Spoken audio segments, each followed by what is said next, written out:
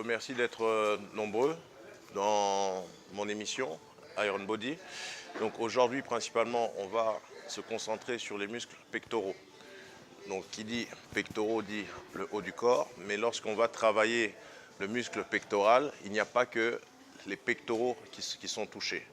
Vous avez les pectoraux au niveau du faisceau claviculaire, les pectoraux au niveau du faisceau interne, les pectoraux au niveau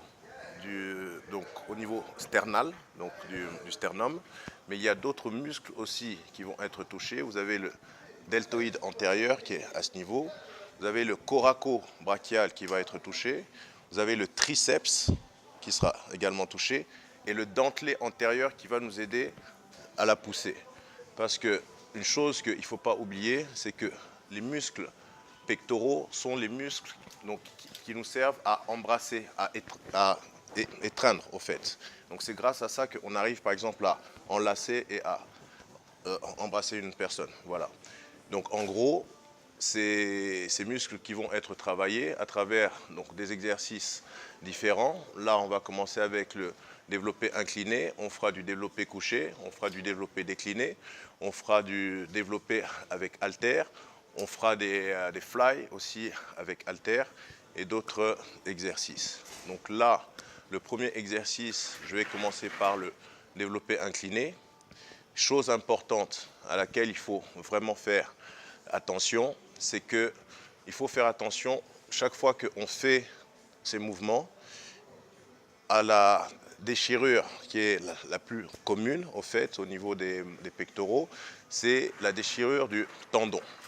Donc le tendon, le muscle pectoral va prendre son origine au niveau du thorax et l'insertion du tendon va se faire au niveau de l'humérus. C'est au niveau de l'insertion de ce tendon que très souvent le problème se pose. Donc lorsque on va faire ce mouvement, on va éviter de donner une tension excessive à ce tendon, surtout lorsqu'on porte une charge lourde. Donc je vais commencer la première démonstration avec développé incliné. La saisie, elle est un petit peu plus large que la largeur des épaules. Vous allez saisir la barre, on l'amène et on va descendre pour le développé incliné au niveau claviculaire pour ramener et viser la partie claviculaire et sternale. Ça donne 1, 2, 3, 4, 5, 6, 7, 8, 9, 10, 1 and 2.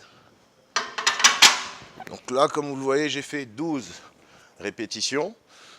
Donc chaque exercice qu'on fait, en général, il y aura 3 séries, 3 à 4 séries, avec 45 secondes, entre 45 secondes et 1 minute de pause entre chaque série.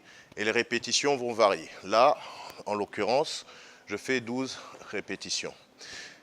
Autre chose dont il faut tenir compte lorsque vous faites du développé incliné, c'est qu'il faut savoir, et avec chaque exercice, savoir inspirer et expirer. En musculation, le principe veut que vous allez inspirer pour prendre la force et vous allez expirer lorsque vous allez fournir l'effort qu'il faut donner. Une des techniques pour des gens qui confondent et qui n'y arrivent pas, donc vous allez compter à haute voix lorsque vous allez fournir l'effort. Donc ça va vous obliger au fait à expirer. Donc ce qui donne ceci. On inspire. 1, 2, 3, 4, 5, 6, 7. Ok, ainsi de suite. L'autre élément aussi, c'est que lorsque vous allez tendre les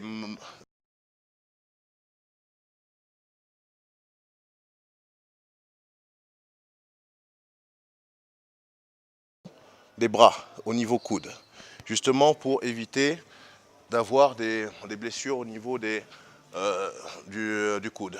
Donc ne faites pas de choc, mais gardez plutôt un petit peu